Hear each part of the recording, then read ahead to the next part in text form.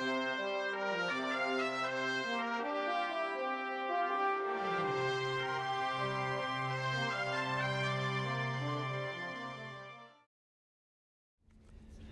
to Guardianship and Conservatorship of Adults 101. My name is Tim McKinney. I'm a lawyer with the firm of Reynolds and Nicholson, and I'll be your instructor. Guardians and conservators for adults accept the responsibility of caring for an adult and his or her property. It's an awesome responsibility, and as part of the volunteer work that my firm does, we're trying to help you understand exactly what's required of you. Before we get started, though, let's go around the room and briefly introduce ourselves. I'll start off. I'm Fred Huff. I'm the guardian and conservator for my Uncle Darrell, who's battling colon cancer and he just can't take care of himself anymore. I'm Lynn Cosgrove, and I'm here as guardian and conservator of my father. And all he really cares about is living at home and not in a nursing home. I'm Devin Brusack, and I'm here because my developmentally challenged daughter has reached the legal age, and now I'm being told that I have to become her guardian and conservator, whether I like it or not. Hi, I'm Alicia Hallman. I'm here to become my mother's guardian. My brother, sister, and I take care of her together. Okay, interesting group. Let's get started with some basic definitions. Ward, guardian, conservator. What do they mean?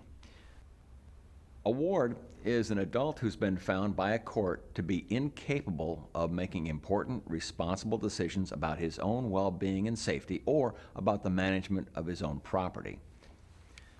A guardian is a person who's been given legal authority to make important decisions in the best interest of the ward concerning his or her person, much like a parent does for a minor child. And a conservator is a person who's been given legal authority over the money and property of the ward. A conservator is entrusted to manage the assets in the best interest of the ward.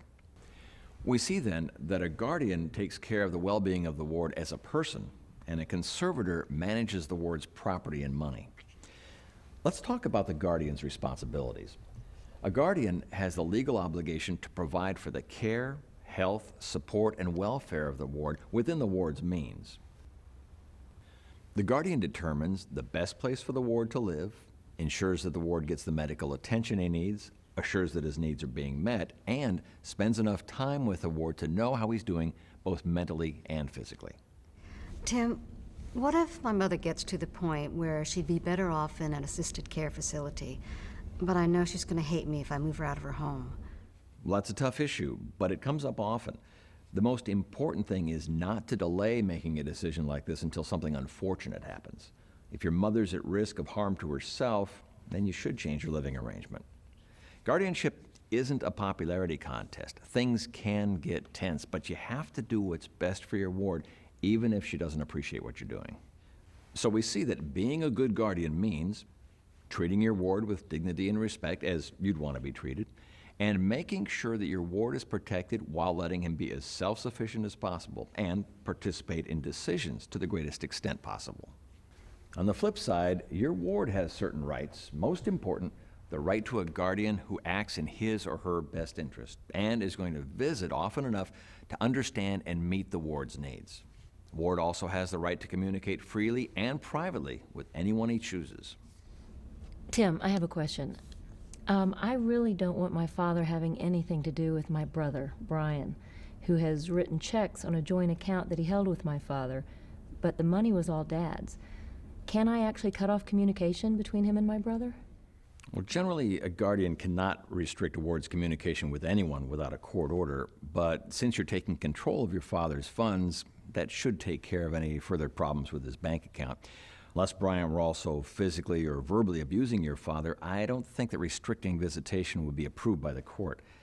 Now, maybe there can be better communication between Brian, you, and your dad so that everyone works together for his best interests. Now, that's not to say that you can't intervene if your father were in danger. For example, if Brian or someone else wanted to drive your father somewhere while intoxicated. Now, a ward has a right to the least restrictive form of guardianship, especially as it applies to his or her living arrangement, and also to have his or her rights restored should his condition improve sufficiently. Unless the court rules otherwise, a ward can still vote and make a will, but cannot marry. However, in making moral and ethical decisions, particularly those involving life support, it actually does not matter what the guardian's opinion is. You're required to do as your ward would want you to do. That is, to make the decision that your ward would make, even if you personally feel very differently. Okay, next, let's move on to your reporting responsibilities as guardian. You are required to file with the court what is called a personal status report within 60 days of your appointment, and then every year after that, within 60 days of the anniversary of your appointment. It's not a difficult form and should take only a few minutes to complete. The form may vary from county to county, but basically you'll report on the general mental and physical condition of your ward. The court will want to know whether there have been any changes in your ward's condition that might require a change in the guardianship. You'll also be asked how the needs of your ward are being met, where the ward is living, if he or she is happy with the living arrangement, and if you recommend a change in the living arrangement. You may be asked about your ward's social activities, how often you visit your ward, and what you do during those visits. If you receive any funds for the care and support of your ward, you'll be asked to account for these funds. Excuse me, I still don't understand why I have to be here. I've done an excellent job of raising my daughter for 18 years. But now that she's 18, I have to explain every step I take to the court? I can understand that feels very intrusive to you. While your daughter was a minor, you had the right to make all the important decisions for her as her parent. But you see, that legal authority ended when she became an adult. Now, the only way for you to once again have all the legal authority you had before she turned 18 is for you to become her legal guardian. Whatever, great. That may be the law, but it makes no sense to me. Okay, so let's shift our focus to the responsibilities of a conservator. A conservator is entrusted to manage and account for the funds and property of his ward. Your core responsibilities include the protection and preservation of the ward's assets, the collection of all income, and the payment of all debts and expenses. It's very important to avoid conflicts of interest and potential conflicts of interest in conservatorships. Before being appointed, a nominated conservator must disclose to the court any existing potential conflicts of interest, such as jointly owned property and investments, and any joint accounts held with the ward. While serving, a conservator must also disclose to the court any conflicts of interest that arise. Therefore, during the conservatorship, avoid creating conflicts of interest. Don't create any new joint accounts or joint investments. Don't buy or sell property or services to or from the conservatorship. And don't hire your relatives or friends to perform services for the ward at a rate higher than what is reasonable, things like that. Keep everything you do with your ward's money and property above board and honest. And when you file a petition to become a conservator, you must also file an estimate of your ward's net worth, which is everything of value your ward owns minus any debts or liabilities your ward may have. Then you have to post what is called a surety bond to cover the value of your ward's personal property plus 1 year of his income. Anyone know what a surety bond is? It's like insurance that the ward's money will be there even if you mess up. Excellent. Every conservator is required to post a surety bond so that if the conservator mismanages, misappropriates, or loses the ward's funds, the ward won't suffer loss. I heard it's getting more and more difficult for people to get bonds for conservatorships. Unfortunately, that's true, and it's one of the reasons why the county conservator gets so many appointments. If someone has a bad credit history, or has been in bankruptcy, or is unemployed, he or she usually can't get a bond. Bonding company just considers them too great a risk. This is getting interesting. So what's the worst thing a bonding company can do if you misappropriate your ward's money? Let's say you blow it all on a Hawaiian vacation, or you pay off your car loan. Believe me, you don't want to know. But I've got a DVD we'll play a little bit later on that shows you the worst that can happen. For now, though, let's talk about what it means to use your ward's funds for his or her benefit. What does that mean to you, Lynn? Yeah, I've actually been thinking about that a lot, and it sounds simple, but it's not really, because you want to do all that you can for your ward, but you also have to make sure that his funds last throughout his lifetime. And you don't know how long that's going to be.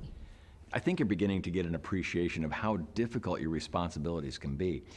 And naturally, it's desirable to maintain the usual style of living of your ward, but if he's been living beyond his means, you must rein in the spending, if at all possible, to a level that can be sustained for the rest of his life. On the other hand, when sufficient funds are available, you shouldn't spend money unnecessarily. Leaving something behind for loved ones may be very important to your ward. What if you know at some point your ward is going to run out of money? You definitely don't want to wait till the funds are all gone before you put a strategy in place. There are some steps you should consider taking before that. Now, once your ward's assets are used up, he or she may qualify for Medicaid benefits. But there are certain assets that are exempt from Medicaid purposes, such as a burial fund, a prepaid funeral, and some others. In some cases, your ward may qualify to have a special needs trust, with funds to be used to pay for your ward's special needs not covered by Medicaid. Just be aware that the laws governing Medicaid and special needs trusts are complex and constantly changing, and these issues and your ward situation should be discussed with an elder law or special needs trust attorney. Gee, McKinney, this special needs trust stuff is actually pretty interesting. I may even start taking notes. Well, thanks, I think. Oh, by the way, Devin, I just want you to be sure you're aware that you may not actually have to become conservator for your daughter. If she has no property other than her personal effects and her only income is from Social Security, which is already payable to you as the representative payee, there would be no need for a conservator. Okay, thanks. I didn't realize that. And my case may just be what you described. Okay, so let's switch gears now and talk about money management. Let's say your ward owns investments, such as stocks, rental property, or real estate. What might you be thinking about? Fred? Well, I guess if the asset can be earning an income, that's probably the best place for it. Right, because normally you would want to use any income-producing assets to help support your ward. On the other hand, when dealing with certain kinds of property, like rental property, you have to ask yourself if handling it is really for you. What else? If your ward owns stock, you might want to consider putting it in a less risky investment vehicle. That may be a very good idea. A conservator can retain stock investments that come into the conservatorship, but a conservator is only allowed to make new investments in what are called legal investments, which are certificates of deposit, money market accounts, obligations of the United States government or the state of Georgia, savings bonds, and municipal bonds. You would need court authorization for any other investments, such as real estate, stocks, mutual funds, or bonds, all of which are considered to be risk investments. It might be appropriate to consult with a stockbroker or a certified financial planner if you feel the size of your ward's estate warrants it. What if your ward has to move out of his home? Alicia? Well, if you've got an empty house that's eating up money and not providing anything, I guess you'd be better off turning it to rental property or selling it. Well, most likely yes, but you'd still have to consider whether it was in the ward's best interest if you rent it or sell it. Yeah, my dad would rather die than give up the old homestead, so I know he'd definitely want us to keep it in the family. Case in point, that there's not always an easy answer. However, should you decide it was best to sell, you'd have to petition the court, and the court would review the proposed sale and determine if the sale and the terms were in the ward's best interest. Well, do you have to get permission to sell a car if your ward no longer drives? Yes, and keep in mind the potential liability if someone else is driving the car. If the ward has investment property, wouldn't you want to hold on to it for as long as it's appreciating in value? Generally, yes. Preserving assets is part of your job, but it all depends on the market and the type of investment property. It's best if you can get some objective confirmation of its actual market appreciation to know what to do. Sales of property are generally allowed when it's necessary to provide for the care and support of your ward. You must petition the court to sell any property, and before doing so, you also have to consider whether there are any tax consequences to selling the property. Tim, this is getting a little confusing. So how do I know when I have to ask the court's permission to do something? Okay, you cannot sell, rent, exchange, assign, mortgage, or give away any of your ward's real or personal property without court authority. So, for instance, if you needed to sell something in the conservatorship to support the ward, you would file a petition for leave to sell. The only exception is that you can sell but not buy regularly listed stocks or bonds. The conservator may not spend more than the ward's annual income without court approval. Now, income consists of anything your ward earns, any retirement and/or Social Security benefits received, plus all interest and other income from investments. Another way of saying this is you can't spend any part of your ward's principal without authority from the court. Principal, or corpus as it's sometimes called, consists of the assets in the conservatorship. even if your expenditures are obviously in the best interest of your ward. If your total expenditures would exceed the annual income, you must obtain court authority to encroach into the corpus. Now, the court will determine if the expenses are reasonable and in keeping with your ward's lifestyle. Now, anytime you're unsure of whether an action or expense requires the court's permission, you should find out first. Acting without proper authority is one of the biggest problems the court has with conservators and guardians. Now, court clerks can usually tell you when the court's authority is required. However, court clerks cannot and will not give you legal advice. You should maintain a relationship with your lawyer because you may need to consult with him or her from time to time. Okay, next. Let's talk about getting property transferred over to you as conservator and setting up bank accounts. First, using your letters of conservatorship, which is the court document identifying you as conservator, you must get all of your ward's property titled or registered in your fiduciary capacity as conservator. Set up everything so that the title, account, or deed would read, for example, Lynn Cosgrove as conservator for... William Cosgrove. And it still belongs to him, right? Exactly. Whatever comes into a conservatorship is still owned by the ward. The conservator is just managing it. And remember to make it clear to the bank that you're setting up a conservatorship account, not joint or custodial accounts. If your ward holds joint bank accounts, you'll have to separate out the ward's funds, unless the court specifically allows the joint account to continue. Now, in order to determine how much money belongs to your ward, you may have to determine how much of the funds were originally deposited by your ward. Now, Lynn, you said that the money in your father's account was all his? Yep, he deposited every penny of it. And I assume that you withdrew whatever money was remaining in the joint account and opened a new conservatorship account? I did. Good. And while we're talking about new conservatorship accounts, you may want to open up both a checking and a money market account. It's usually a good idea to leave a little money in any old accounts for a month or so you don't miss any outstanding checks, automatic withdrawals, or deposits while things are getting sorted out. I know this must sound like a dumb question, but how do you know if you have all the bills and invoices that need to be paid?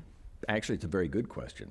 You can start by looking over the last 3 to 6 months of bank statements, which will show you the direct deposits, the automatic withdrawals, and any checks that were written on the account. It'll also show you all or most of the bills. To be sure you have all of them, though, be sure to file a change of address card with the post office and have all of your ward's mail forwarded to you as conservator. That's how you'll find any others. And remember that all funds must be invested only in legal investments, which are certificates of deposit, money market accounts, obligations of the United States government or the state of Georgia, savings bonds, and municipal bonds. You can get a complete list from the court. Next, let's talk about the benefits of good record keeping. There are financial reports which you must file, and your accounting has to be accurate. The only way you're going to be able to do that is by keeping good records. Remember that you can be held personally liable for expenditures if you're not able to account for them. So you're going to be your ward's bookkeeper, and your records are going to be audited every year by the court. Therefore, it is important that you always pay by check and write the information in the check register. Note who the check was made out to, the amount, and the purpose for the expenditure. Now, you and I might not usually write down the purpose for every check, but you must do so as a conservator. Get a receipt whenever possible.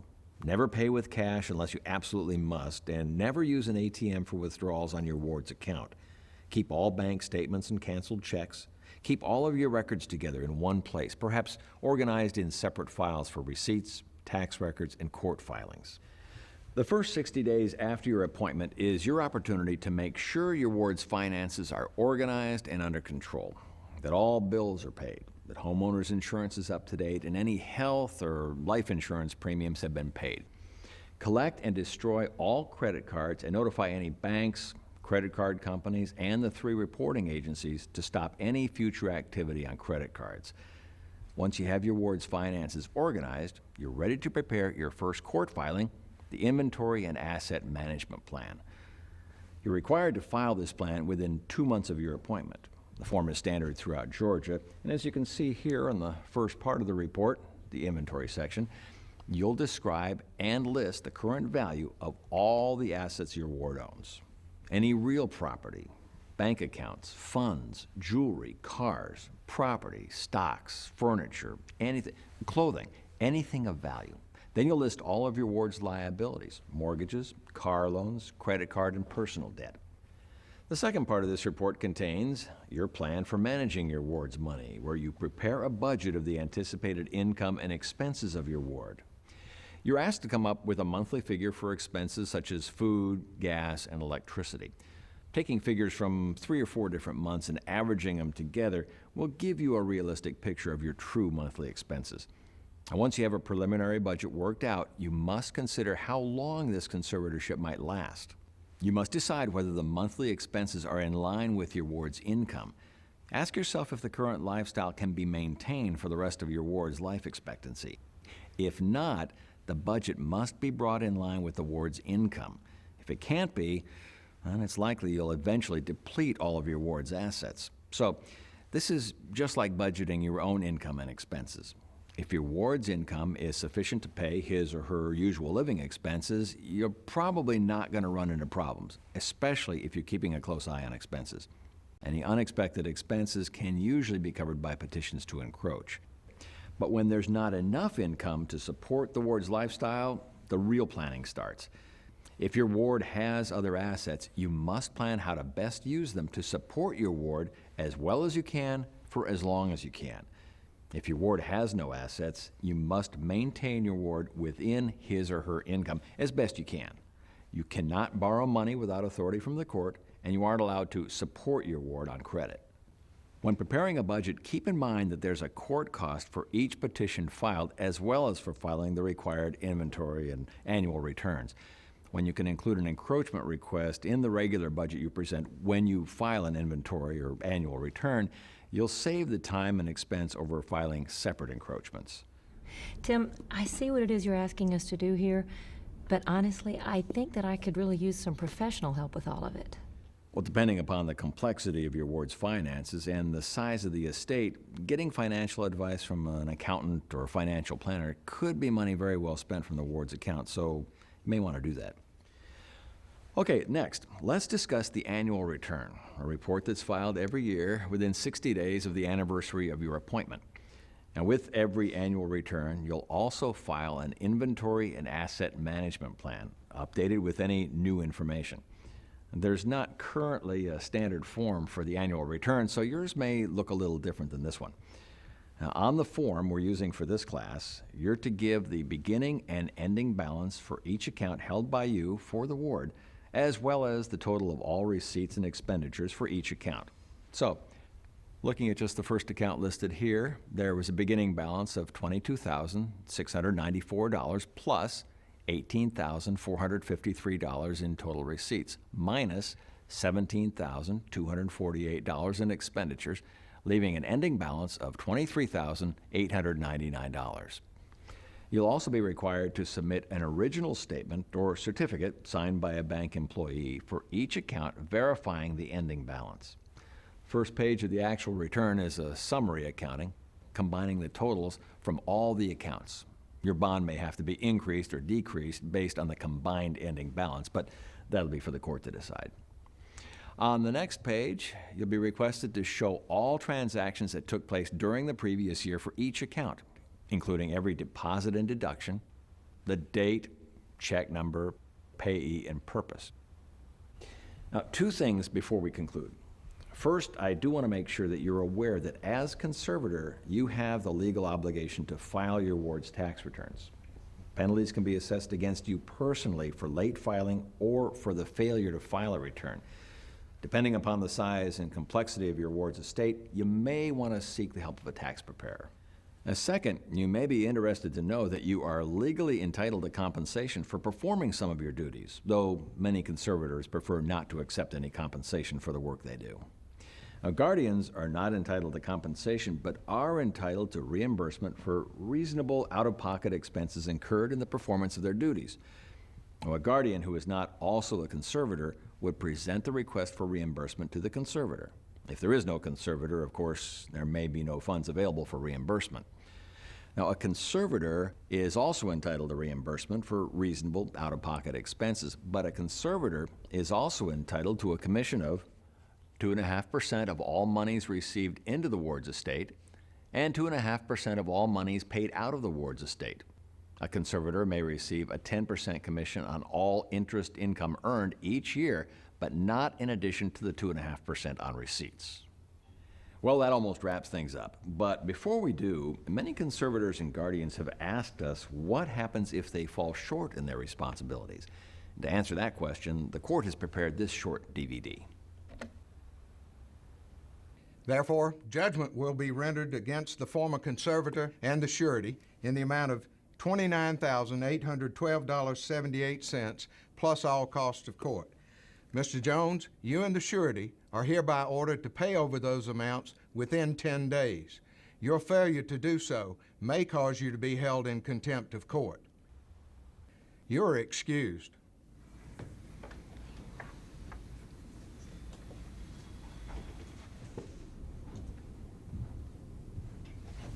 We need to talk about how we're going to set up these payments. Most guardians and conservators carry out their responsibilities with little difficulty. There are those, however, who will not take the obligation seriously, who will not adequately fulfill the reporting requirements, and even a few who will actually take a ward's money and spend it on themselves. Complaints may come from professionals, agencies, or even family members. But the problem most often starts, as it did in the case I've just tried, when a conservator fails to file a return on time. The court mails the conservator notice to do so, which goes unanswered. Then a deputy sheriff shows up at the conservator's home, serving him notice to appear in court.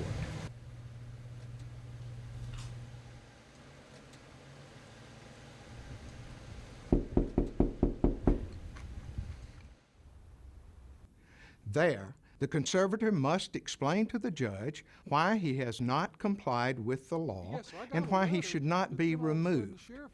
Your Honor, please keep in mind that this is the first time that my client has been called into court. Your Honor, we respectfully request that Mr. Jones be given a second opportunity to file that return. Even if the judge decides not to remove the conservator, there will be costs and expenses which must be paid out of the conservator's pocket. If, however, the judge finds that monies have been mismanaged by the conservator will be removed and a judgment will be entered against the conservator and the bonding company.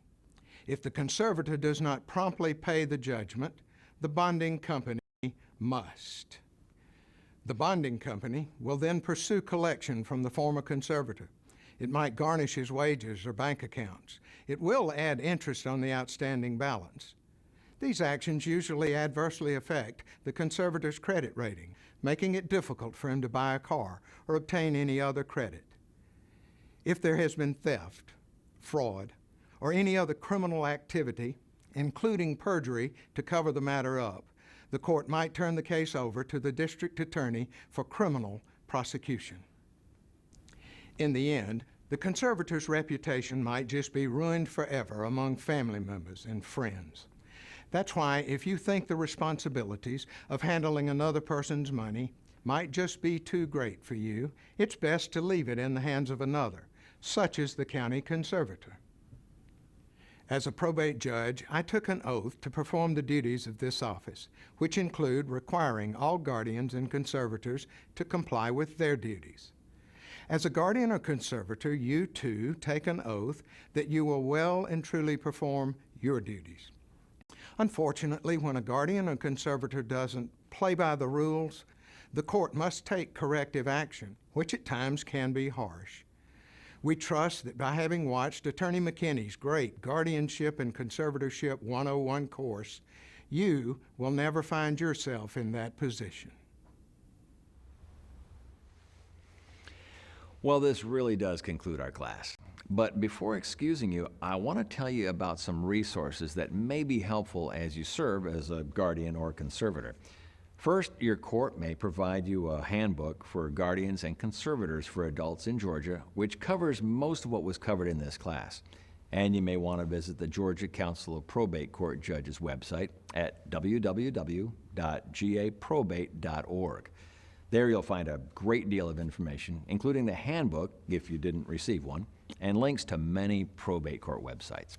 I thank you for coming. Thanks for your attention and your observations, and I know you're all just going to do a great job as guardians and conservators. Thanks. Sure, absolutely.